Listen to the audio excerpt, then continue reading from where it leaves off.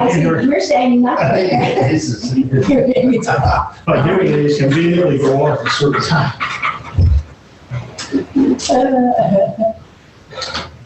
Hi, Mickey. Welcome to warm Florida.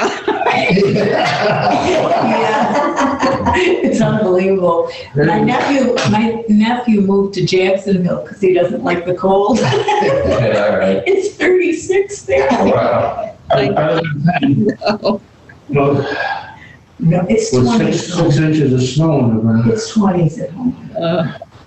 Oh, 20? I was listening to the radio. No, there's a big difference. Listening to the radio yesterday, I had somebody from the coast of Maine, and I was saying, well, what is it like up there? He said, it's really pretty nice, it's about 40 degrees. And no snow. That is nice for up For there. Maine, at this time of year. I know. Yeah, maritime. Papers, I'm gonna look at. He was right on the coast. You know, even at home, I mean, with the worst weather that we've had here, you know, like 46, I mean, to now that's a spring day, Yeah, you know, for the winter. it's true. It's true. 'Cause you had a lot of snow. Actually, No, that's Lately, six inches. Okay. But I have one. That's Even sort of like Buffalo. Avalanche my stuff. cousin lives in Buffalo too. They Well, always say, Central Park is 17. 17 inches. Long Island had 20-something inches. Greenport is so cold. My, It's yeah, in the teens. my daughter in New Jersey, lived in New Jersey, she had over 24 inches. But she's thrilled because she skis. So she's in heaven. She keeps showing slopes. Oh, it's beautiful. I keep saying. That's good. He loves to ski. Had to be on. Yeah, I used to ski. Well, the thought of me strapping something slippery on the bottom of my feet and standing on a steep slope that goes for 30, that's exactly the way it does. 30,000 feet down. He's got a point there, you know? You have a good point. Thank you. I used to stand up there and go, whatever, and I do. Oh, that was terror. I always thought I'm too tall. I have too far to fall. I used to live in Colorado and we would go skiing in the morning, every weekend almost. And a lot of fun. Periodically, I think, you know, I could break my neck. And I have clients on Monday. I had a friend that was from Kenya, and he was over here on a work study program. And I moved to Minnesota. I went to school at Concordia St. Paul from Florida, and he wanted to see Minnesota. He'd never seen snow. And, so we went to Minnesota, and they had a ski hill up there. And his first time down the hill, he broke his collarbone. Oh, my Oh, God. yeah. It's easy, man. It's very easy. Yeah. The first thing you have to do with skiing is learn how to stop. Yeah. Really, they teach you I that. have lessons. I know. We have to learn. Very One of my important. friends came up to me, this is true, she said, do you know how to get up when you fall? And I went, no. She went, you little.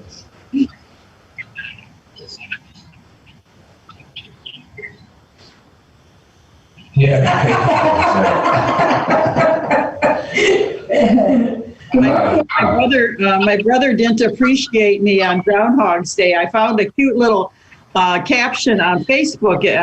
You may have seen it, Linda. It said, it was a picture of a palm tree shadow, and it says, the palm tree saw its shadow, and we have 6 more weeks of paradise. I sent that to them, and they've got like 3 and 4 foot snowbanks. Oh, I love that cartoon. That was just love it. That's cute. I'll Google it. Well, a couple things before we get started. This Emotionally Healthy Spirituality is by Peter Scazzero. Is part of a book series called Emotionally Healthy Discipleship. And this is the book that we're going to go through for Lent. We're not going to do our Lent small groups, but we are going to go through this book together. So I'm going to encourage people to buy the book and read it at home. And then we're going to walk through some of the concepts on Sunday morning. It's called Emotionally Healthy Spirituality. Emotionally healthy. Thank Yeah, you. believe it or not, Ash Wednesday is coming up. Yeah, the 17th. Easter's early this year. Easter's real early. Yeah, so the February 17th is Ash Wednesday. And all the Sundays, not necessarily the Wednesdays, but the Sundays in Lent, we're going to be doing this book. And then Chuck, we got to ask the elders because they preliminarily agreed to preach Wednesday nights. So what topics they want to do. But for Sunday mornings anyway, we're going to do these. Will you be selling them? We should just order a bunch and have, that'd be a good idea. But otherwise, they're on Amazon. Yeah. You told me I gotta work on a sermon. Be love to hear one from you, but don't. No pressure. And there was a packet that went out yesterday for the congregational meeting, but it was actually missing a letter. And so there was another one that went out this morning that included everything. So the one that went out yesterday included a diagram, but there was a letter explaining the diagram that didn't go out that went out this morning. So if you got a email yesterday and were confused by the diagram, look into your email this morning and there'll be a letter in there that gives it more explanation. Was everybody supposed to get it? What's that? Was everybody supposed to get it? Everybody who is a member. I didn't get it. You didn't get it? Okay. Tell Meredith on your way out that you didn't get it. Okay, well. And that is explaining an idea that will be outlined at the congregational meeting this Sunday. In addition to an urgent need for prayer, we just got word that Concordia, Bronxville, New York is closing. And that's the third Concordia to close in the last 10 years. That's what Bobby Clem said last Saturday, so Yeah. And I think he went to school there. yeah. Yeah, I think so. Oh. I think Paul Barr did too. Anyway, the Senate's in some big trouble, and the COVID has sped all that up. And they're actually postponing the Senate convention 1 year because of COVID, and they're going to lose some money on that too because they had booked it out in advance. And it's a huge convention, like 3,000 people. So anyway, so that's what's in the packet. A need for prayer for the Senate. That's a letter that I wrote. Another letter called "Thy Kingdom Come" that I wrote that explains the diagram that accompanies it, and then also the agenda for the meeting. And we're not going to be voting on anything this time. It'll just be reports and the explanation of the idea. Yeah. And aren't new members supposed to attend one meeting before they vote to? They have to be voted in I think I'm at a meeting.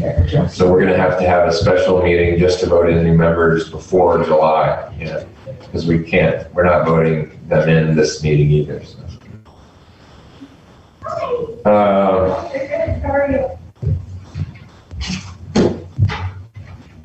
Any, Morning. Did you bring? oh yes, I did, thanks. Morning. Yeah, thank you. Good morning. Hi, Miss Judy. Hi. Sorry, I'm going up. There's those. Thank you. I didn't email the questions out, but I'll tell you what they are. It's just a list of questions here. Any thoughts or questions on either the book or on the packet that went out for the congregational meeting? Just wondered if we could put together a couple small groups with just a few people. If people want to, certainly can. It just depends on how comfortable folks are with doing something like that. But we're not going to do a church-wide effort to pull that together yet. So we'll wait till next year for that. But this is a good book.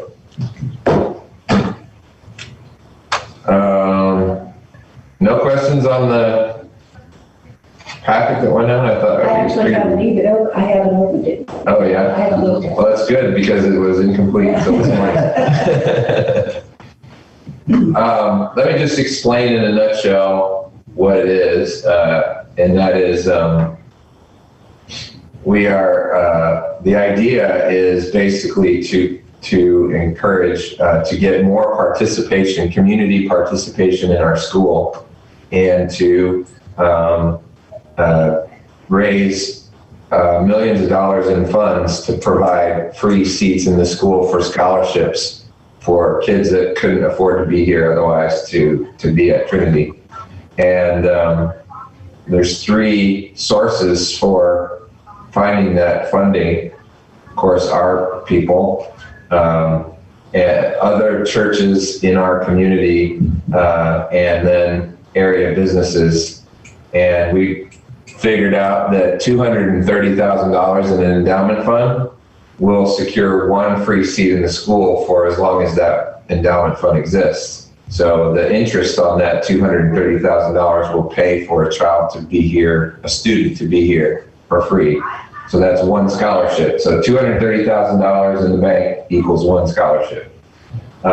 So you're talking about having to raise millions of dollars to fill the school. We have probably 150 seats right now that are open in the school, K through 8. So 150 times 230,000 is how much money we have to raise to fill the school, which I think is possible. We just have to, money's out there. People are eager to give for Christian education. And so that's the idea. The only way that we've talked to other churches in the community, and the only way they'd be willing to do something like have a capital campaign that would benefit our school, which is asking a lot of a church for them to do a capital campaign that would benefit our endowment fund, is that if they got to participate in the school ministry in some way, and that they could be assured that that money was not under the umbrella of our denomination and was not, would only go towards tuition in the school. So basically the proposal is to create an association school, which is not uncommon. These association schools, a list exists all over the Synod, and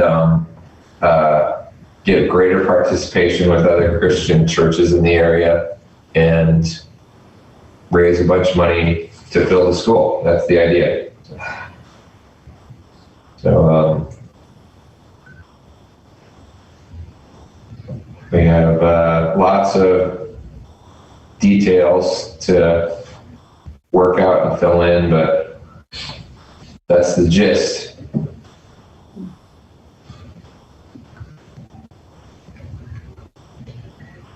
So any thoughts or questions on that?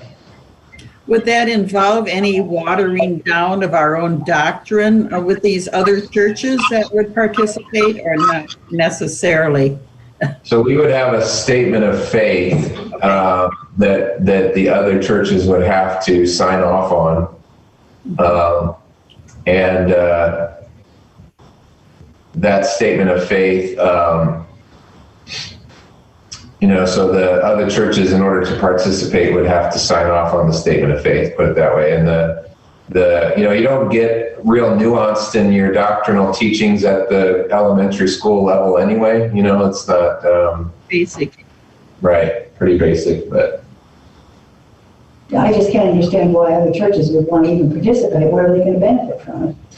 Great question. We have good answers though. So pretend you're a church for a second, and I'm coming to you to try and convince you to have a capital campaign for this purpose, that would basically, which we already have churches that have said yes to this, by the way. So, so you're Pastor Davis of Lakeview Baptist, okay?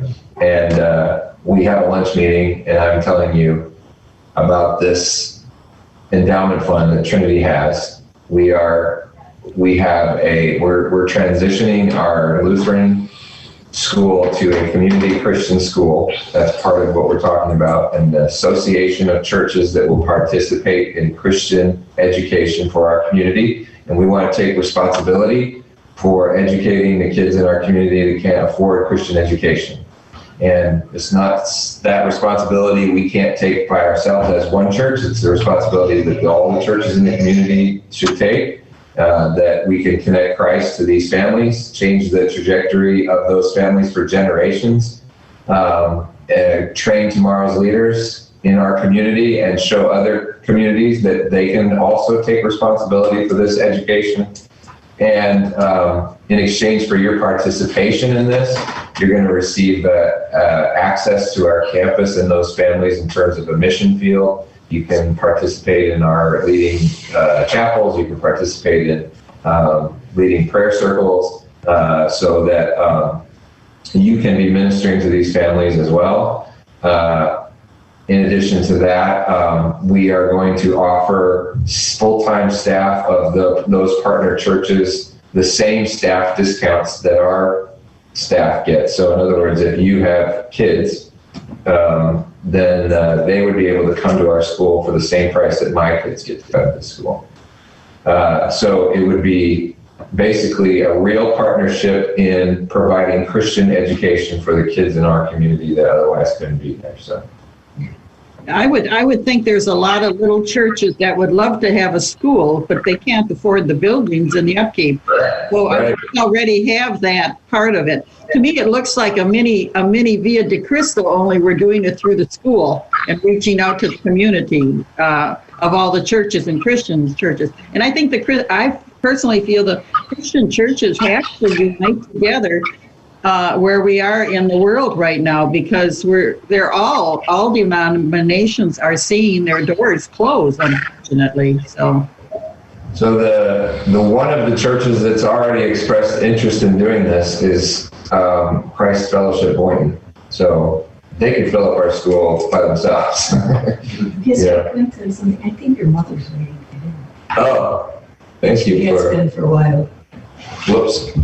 Thanks for catching that. I hope she's still waiting. Sorry to keep you waiting there, Marcia. So anyway, that's the idea, and it's the primary motive for another congregation to get involved is for the mission, obviously, the outreach that it provides. The second is the benefit of to the staff, education for their staff, and the partnership that it creates for taking responsibility for educating our community's kids. That there's just a bunch of kids in our community who Christian education is not an option for them because of finances. So hopefully that this will remove that obstacle for at least 150 of them. If there's a multiple child family going into school, do they get a group discount? Yes, currently there's a multi-child discount, yeah. Here's your mom. There she is, hello. If they're recipients of a scholarship, then they would probably either get all the scholarships, then if it's one family. They would get multiple scholarships, yeah. Yeah, because you wouldn't want to have a separation there, because it's Right, sure. to Yeah. dilute what you're trying to do. Right, yeah. Yep, there's a lot of details that have to be worked out, and we started at the 30,000 foot view, and we're probably down to about 10,000 foot view right now, and probably a lot of the questions are going to get answered on Sunday with that's a detail we still have to work out, and we're going to have multiple open forums leading up to the vote in July, where we're going to fill in all those gaps as we move along. As you get more students, the 10,000 per student may change too. They go down. It may. We kind of work that out on a per classroom basis in terms of teacher, but the cost that would go down is overall upkeep of the campus cost would go down, and top administrative staff cost per student would go down. Yeah. Good. Most people think that's a fixed cost, but if you study management theory, that's actually the variable cost. Right, yeah, right. And the fixed cost is the cost per student. So if you get those nailed down, Right. you can really focus in on what you're really going to need per student, Yeah. which you may be overstating right now. The 10,000 may come At our current population, that's the cost. You're saying Right. that'll go down as the students go up, yeah. Right. So, So the thing that concerns me most is, we're now going in another direction. Last year at this time, we were going to have several small groups for servant leader training. What happens to ministry in the midst of all this? It seems like, to me, yes, I would love to see some children be able to come to school for no cost. But I also would love to see the small group ministries in this church grow, because that's where ministry happens. mhm. And, I hate to see that anything put on the back burner as far as ministry and discipleship go in this church and focus on another direction. So that's what concerns me with all this. So, Well, it can't be an either or. It's got to be a both and, Yeah. because the people that are going to eventually populate those small groups is those families that are getting connected to our school that right now don't even know Jesus or have any desire to be a part of a small group. So all of our numbers on the church side have always tracked with school enrollment. And the reason is because that's our most fruitful outreach. Most of our new members come from, at least in the past, it's come from our school family. So about 75 to 80% of our baptisms, for instance, are school families. 75 to 80% of our new members are school families. Those are... The gateway. Right, it's the gateway. So to fill that pipeline means all the other numbers it's the ocean that floats all boats.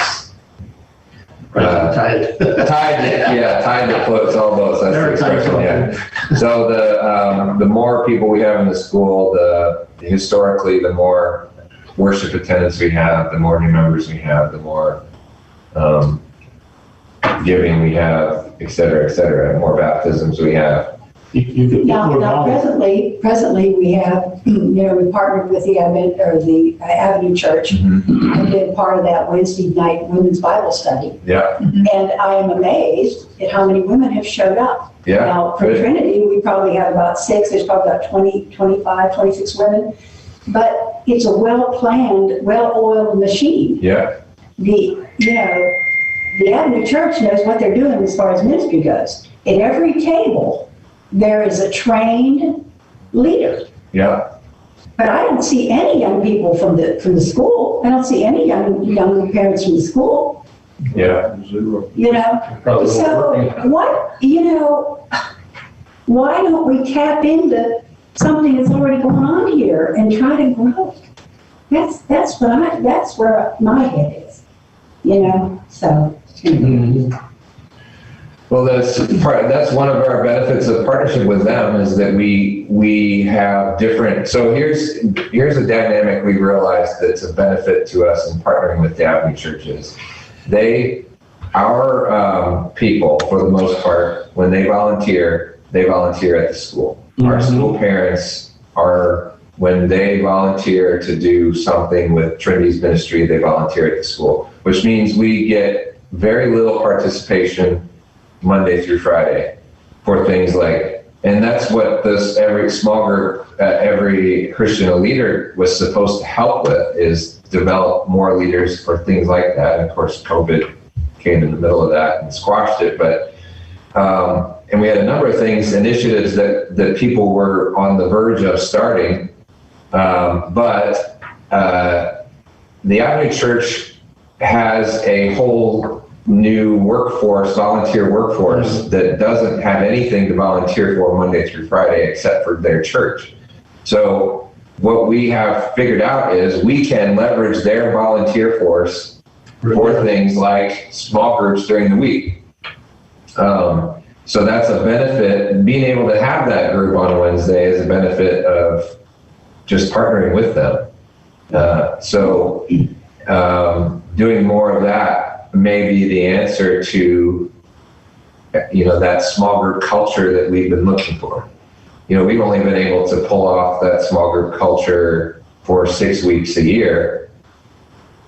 We get the majority, more than 50% of our people involved in small groups historically for 6 weeks a year during Lent. And that falls short of what I would call a small group culture in the church.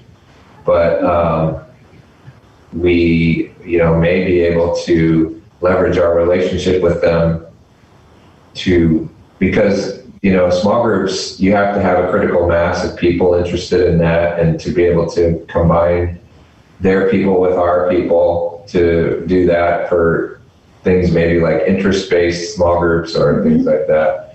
So there's opportunities there. I think that it's definitely a both and, not a either or. I'd like to step back to what you were saying about the parents getting involved, students getting involved in things at the school. But why can't we penetrate those groups? Because we never see those parents in church. If we can get involved in what they're doing in the school, can we not build a rapport with them and get them to come to church also? Now, I wouldn't say they're not in church. There's quite a few of them in church. Now, again, COVID,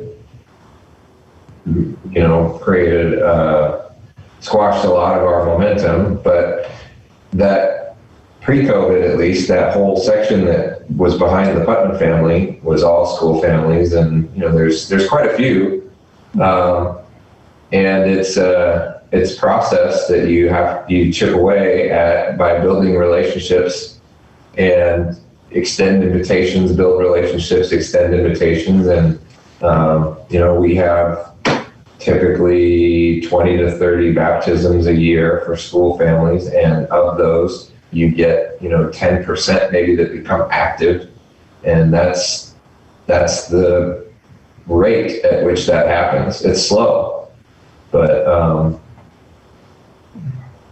and certainly we could always do more, sure. But it's the process is relationship building, invitations, relationship building, invitations. And in fact, we're baptizing a school family, mom and, just mom, daughter's already been baptized this Sunday, so.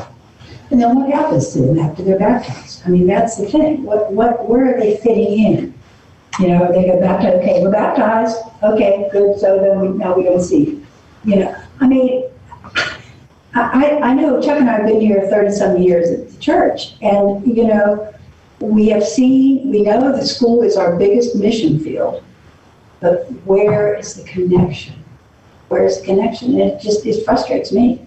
I mean, it just frustrates me. How many of the staff even are members of our church? The staff, the Christian Day staff, how many of them are actually, I guess Concordia or Lutheran trained pastors or staff anymore, teachers anymore? I know that percentage has gone down considerably too, and has that had any impact on? Yes. Right, there's fewer and fewer just because there aren't any more. I mean, our Concordias are graduating, we have a system of, used to be 12, now it's down to 9 Concordias, and of those, they're graduating like 50 teachers a year, all of them together. And, there's, those graduates are snapped up before their senior year even starts. And there just aren't any called workers anymore. And so the Christian workers that we hire are active in other congregations typically, because you want active Christians to work here. And if you're hiring locally, they're going to be active in their own congregations, you know, so that's been a challenge for sure. Yeah, because I was going to say, like Linda, when we first came here 35 years ago, I think just about every teacher in Trinity probably was a member of Trinity. Was called, right. And was a called teacher for the most part. So I think that added to really the school growing and the membership and the families growing. Although we had a different percentage of families that were at least trained somewhat in religion. Now I think that percentage is much higher that are unchurched. I don't even know what it is right offhand. 80% of our school families will mark on their application that they have no church home. So I'd like to see us. That's a huge mission field. yeah, Huge. and we do. I would say every day we do things to build relationships with those families within the school, and then eventually those translate into invitations to worship. You know, of course, our most fruitful ministry is by far Class of the Month. That is the place where our school families make the transition from disconnected school families to people in worship. And what they experienced in there, if they can connect with it, you see them again. That's by far, you know, by miles and miles, our most fruitful ministry. And we couldn't do it this year. Which one is that? Our Class of the Month ministry. So in other words, every twice a year, we will get every class in our school in worship twice a year. We have the kids sing. Oh, yeah. Yeah. And when they sing, the sanctuary's full, you know, all the families are there. And inevitably, you know, we have a few families that say, I'm really connected with what happened here today. And then we'll see them again for a couple weeks. And then usually, you know, life gets in the way and then they stop coming for a while. And then the next Class of the Month, they remember, hey, this was something I connected with. And then we'll see them again for a couple weeks. And then, you know, and a few years of that, then now we start seeing them once a month. And then we start seeing them twice a month, you know, and then they become members. And then that's just how it works. Yes. Of course, what I've seen through the years, got through that time when the kids are in school here, then the kids go off to college and then we don't see the parents. So, you know, I don't know. I don't know what the answer is. God does. Yeah. Sometimes that's the case. Sometimes it isn't. And a lot of people have come through. A lot of the parents are real active when the kids are here, and then they're, you know. And this is such a transient area too. Yeah, you said it's hard to get teachers from Concordia to come down here and live away from their families up north, unfortunately. But even the people that live here are students and families. They're here for a couple of years and they move. Their jobs take them away, and you just seems like the window that we have to connect with them gets smaller and smaller. And I think that churches in the community have so much to offer each other in terms of and I think Avenue Church and Trinity have proven that in so many ways, that we've benefited each other. They've done tons of things we couldn't have done without them. And synergy. Yeah, we continue to prove that partnering with another church doesn't take anything away, and in fact adds quite a bit. And look at our junior and senior high youth groups. It's the largest it's ever been since I've been here. And and we have the most participation of Trinity ever since I've been here. Not just combined, it's the largest group of Trinity kids that we've ever had. And it's because you've got a good group of kids, then you have a good youth minister that we're sharing the expense on, and they have a lot of fun. They, learn a lot about God, and you talk to these kids. Their faith is bearing fruit, and we couldn't do that by ourselves, obviously, because we've never been able to do it by ourselves. So I think small group might be another place where we couldn't do it by ourselves, but we might have an opportunity to do it together. Well, obviously Avenue Church is doing something right, because Wednesday night on the campus, it's filled with Avenue people. They're all in small group Bible studies. Sunday morning, you can't hardly get across the road here. They're coming in. Yeah. So what are they doing right? It's, I've even had people say to me, people from our church, well, let's try the Avenue Church. Boy, they must have something going on over there, and that's hard to hear. Yeah. Well, we still worship more people than they do. Yeah. So, don't miss what good God is doing here. But let's celebrate their successes, absolutely. Because, we're not in competition with them. We're in partnership with them. So every new person that comes in their door is a win for the kingdom, and vice versa. And, by the way, I see every week new people in our sanctuary that have made their way from the Monday Night Recovery Church. This past week, we had another person that made their way from Monday night to Sunday. So, that is absolutely something we could have never been able to do on our own as a recovery church ministry. So, lots of good things are happening, and, collectively, on this campus, God is doing a ton of great stuff. So. And I think that the new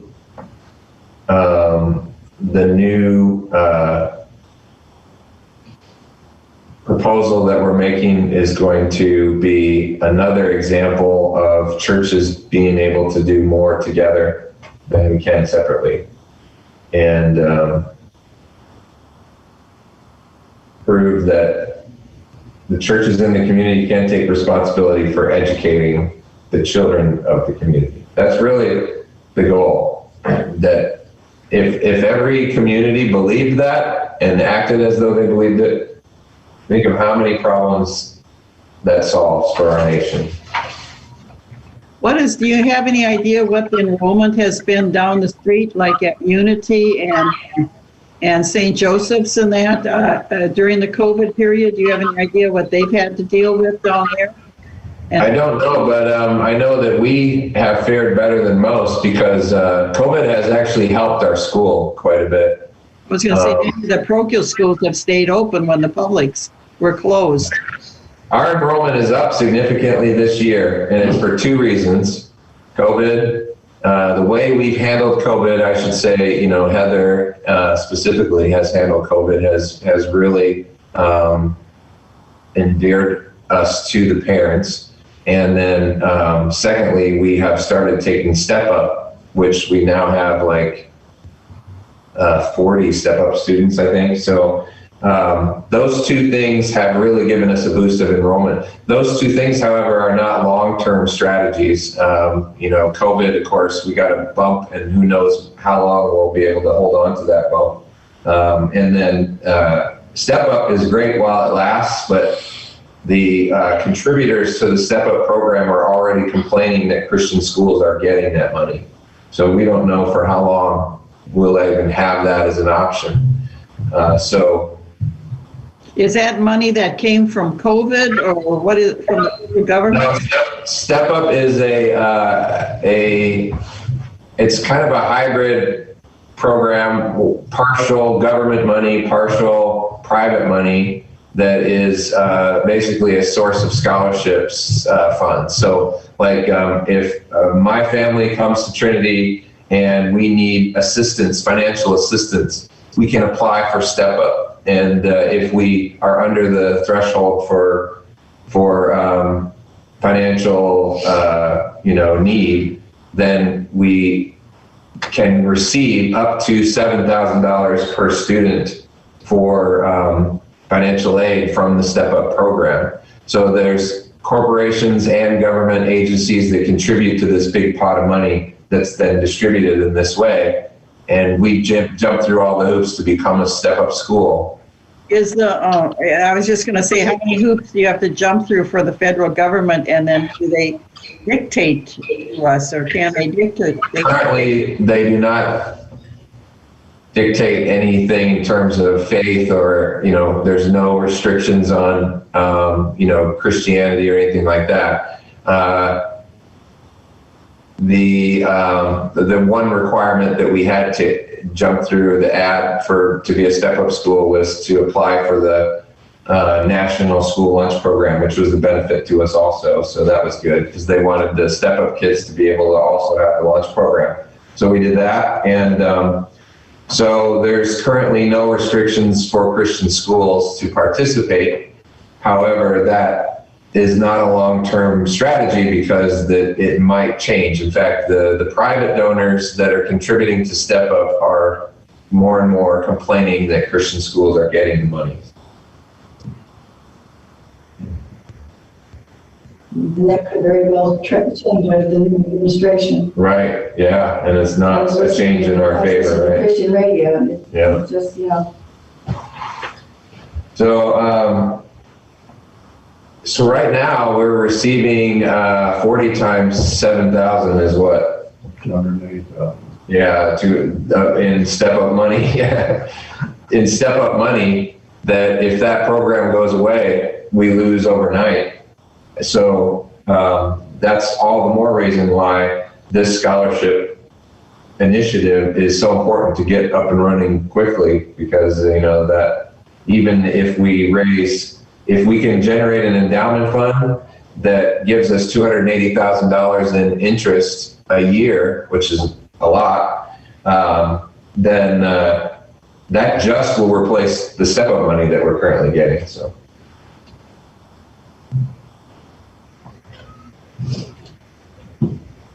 Good conversations, good questions.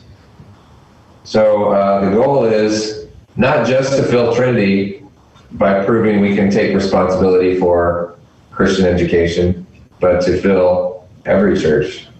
I think if the next generation of our nation is educated in the church, what are churches going to look like 30 years from now? They're going to be full, right? Fuller. Yeah. So. Great for that.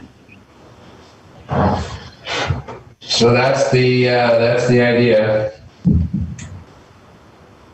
What are the thoughts to incentives for donations from either corporations or Yes. individuals or? Yeah, corporations.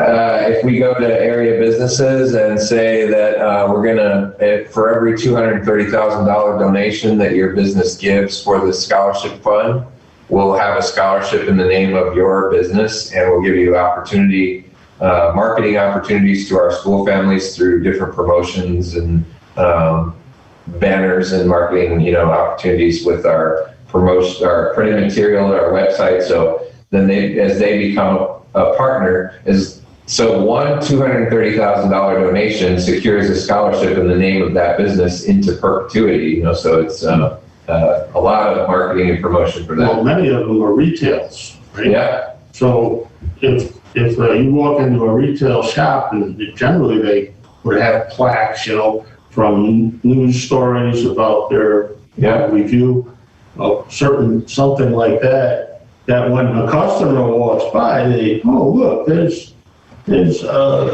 Trinity Church over there. Yeah. And it might, little interest. It's like putting your name out all over. And it's a tax write-off for them, but if their customers are our school families, then. Well, that works too, right? It's also, you get free advertising. Right. Because you're putting the name of the church all over the place. And if the advertisers do one thing, it's repeat. When you watch TV, you'll see the same commercial over the course of 1 hour, like 6 or 7 times. Yeah. It's the same message, and that's what finally makes it stick, and so people might get interested, and you bring in people. What's going to make up the nucleus of the task force that's going to go out and try to get all these different places? Where is that nucleus going to come from? As far as somebody going out to talk to a business or somebody Sure. going out to talk to a church. I mean, that takes time and a lot of energy, Yeah. a lot of preparation. So where's that task force coming from? Well, that under one of the details we still have to work out, I guess, but, you know, those kind of details, we put effort into figuring out those details once we know the church likes the idea and wants to move in that There's direction. local rotaries and places like that the local business people gather with, Right, and a little bit of competition started between them is not a bad thing. right, sure. But who can be the best owner? But you need the people to go out and do it. Right. It's a lot of Right. takes a lot of preparation, a lot of training, a lot of, you know. You know, If you have an insight.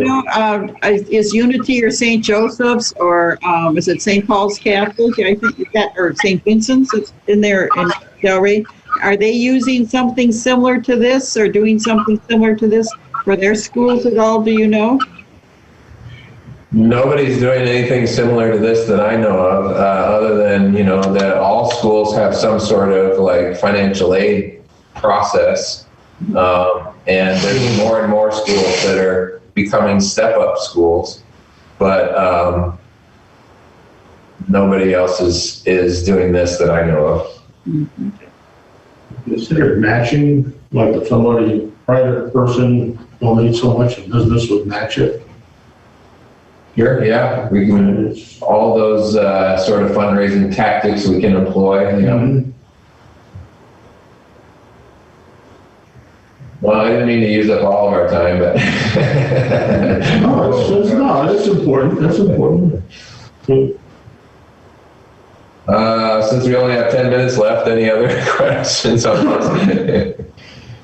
It's good. I do want to take every opportunity to fill in the gaps because there is a lot of detail to the idea, and the more of the information we can get out there, the more then you can fill in those gaps for other people as you're having conversations and so on. So Sunday is going to be presented to the congregation. So it's not a voting meeting. no, So it's just information meeting. Right. So how at that information meeting are you going to know that people are wanting to move forward with it? I'll just get a general sense of the room, and maybe we'll even take a straw poll, yeah, and then the process from even, you know, I'm not even sure that if we can unpack the idea completely in one congregational meeting. So, but at least if we can get the 30,000 foot view at this meeting, my goal is to even get the 10,000 foot view at this meeting. To bring it all the way in, land the plane, we're going to need several open forums. Questions like you asked at the beginning, if I'm a partner church, what benefit is it to me to participate in this? That's, you know, we're just starting to put the flesh on those bones, and other things like we're talked about. What are the benefits going to be to a business who wants to? What's the legal process for creating the association school? We have to have a new constitution for the new association entity. All of that stuff is Create a sales force.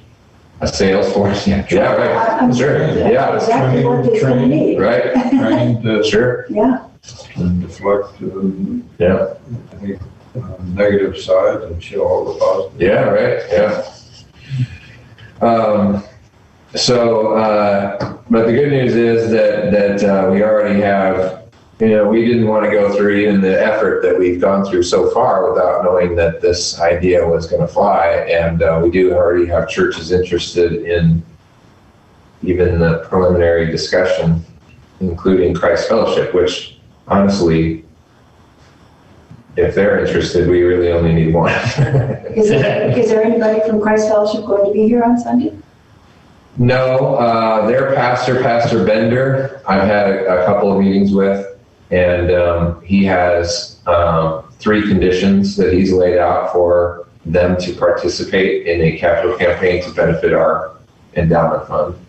And these ideas are basically about meeting those conditions. And they're probably conditions that every church is going to have in order to participate.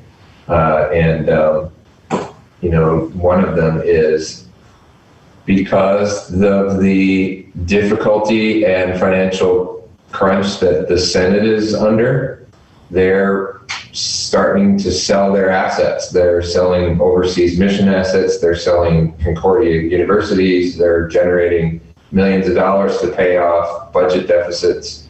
And he is a smart guy, and he said, I don't want any money that we give you guys to be under that umbrella, that they could, you know, in an asset that they could have access to at some point. Mhm. So that's one of the conditions. Because that's why that'll have to be a separate entity Right. completely. That's right. Otherwise, you get involved in That's right. doctrine and. Right, Right, exactly. so legally separate. Now what we could do, and what is still the plan, is that the association school then registers to become an RSO of the Missouri Synod, which is called a Registered Service Organization, which LSF and all the different Lutheran organizations that you see are RSOs. They're still associated with the Synod in that capacity. So the plan would be, once we create the association school, that we would apply for RSO status. And then the assets would be separate from the LCMS, but we would still have association with. And would there be more staff required to manage this, or to? No, we think we can do it with our current staff, and in fact, it would be a significant budget savings. Well, this again falls, under the 10,000 foot. But so I probably won't get into this Sunday too much, but the Trinity staff would split into association staff that would employ all the school, and then Trinity church staff, which would employ all the current church people. And then if the Avenue Church joins that association, which they're planning to, pending the terms of that, they would begin to share in those expenses. So we have opportunity to have more shared staff, like Susie could do their books, and Aaron could do their technology, and those kind of things. So. Pastor, is our staff, the curriculum and everything that we do and what we offer, is that a high enough standard to meet for all these churches, and we'll be able to keep it? And are we certified under wasn't there a Lutheran school certification and those things? So we got we used to be a accredited school under the LCMS, but we have actually already changed that. We are now a Cambridge school, which is higher academic standards and training for our teachers, and we just did that this past month. So we are now we're going to begin advertising ourselves as a Cambridge school, and that means a lot more to parents locally than saying that we're a LCMS accredited school. You can be an LCMS school and still be accredited by Cambridge, which is what we are currently now. So. Because I was going to say, well, if they're coming here also for the religion, I'm sure they're going to want to know, what criteria are we meeting through our church Synod? Yes. So to be a Cambridge school, that tells both churches and parents, prospective parents, that we have high academic standards, and So that's part of the puzzle. And we have the science and language and some of those things like we have to, like some of the other charter schools, we're able to offer some of that also, or where are we in that situation with staff?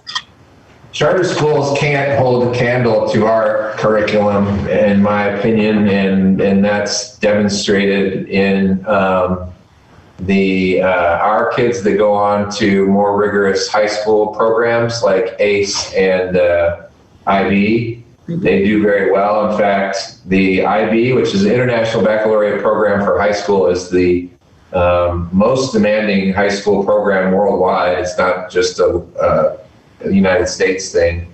We're lucky to have an IB school very close by, the Atlantic High School, which is where my daughter Grace went to their IB program. And they are now to the point where if you say you went to Trinity, they'll accept you into the program pretty much, because they know we generate quality academic students. And it's very few kids that come from the charter schools that can keep up in their program. So we are much better school than the other free options that are out there. And so if we can, if a kid's choice is apply for our scholarship and come to Trinity for free because they have the need, or go to a charter school, that should be an easy choice for them. I think if you have a sales course, some of this information, like I'm hearing now about these accreditations and that, as a congregational member, I don't hear any of that. If we knew about that type of information, as we go out with our friends and our grandkids or whoever, we can put ambassadors to say, and share good information about the school, those programs and that sort of thing. Personally, otherwise, I other than today with your sharing that, I really didn't know anything about that. Well, some of that information is like brand new. Our Cambridge accreditation is only about a week old, so we are going to get that information out there. But we need to toot our horn a little bit, I think. Yeah, absolutely. Yeah. And in fact, part of that Cambridge accreditation is a marketing campaign to now market us as a Cambridge school. And that name has worldwide recognition because of their famous university, and it's associated with high academic standards. Our teachers have to go through additional training. We use their curriculum, their science and technology standards, and so it's going to do a lot for our school, which was already at high academic standards. But I think it's going to be a great thing for us.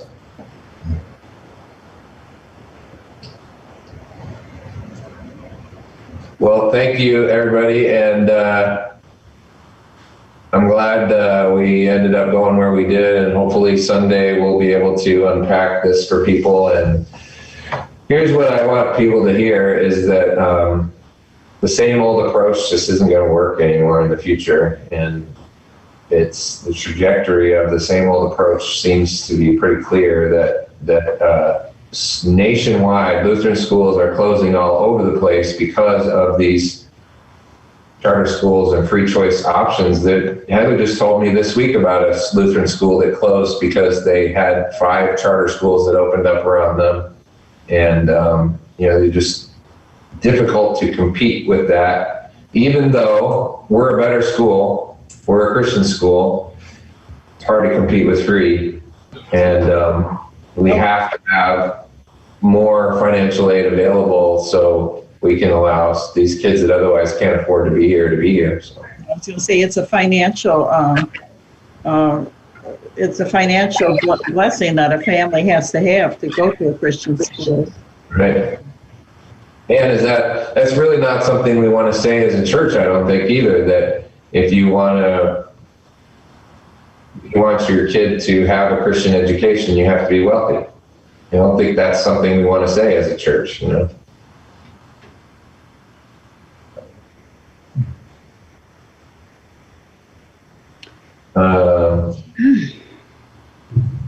Good. Incentives. A lot of grandparents would probably want to see their grandchildren go to a Christian school. And many of them have IRAs. Right. And Yes, but. I haven't seen this pushed many places. It's only about 5 years old. There is now a qualified charitable distribution that's tax-free out of an IRA. So if a lot of older people, they had IRAs, once you pass 70.5, you're taking your RMDs, which are required minimum daily, yearly distribution. And those are taxable. But some of that you can focus into a charitable distribution and it's not taxable. So it could be a little bit of a low-hanging fruit of money for channeling into the program. But people would be, oh, it's tax-free, I don't have to pay taxes. No, okay, it's an incentive.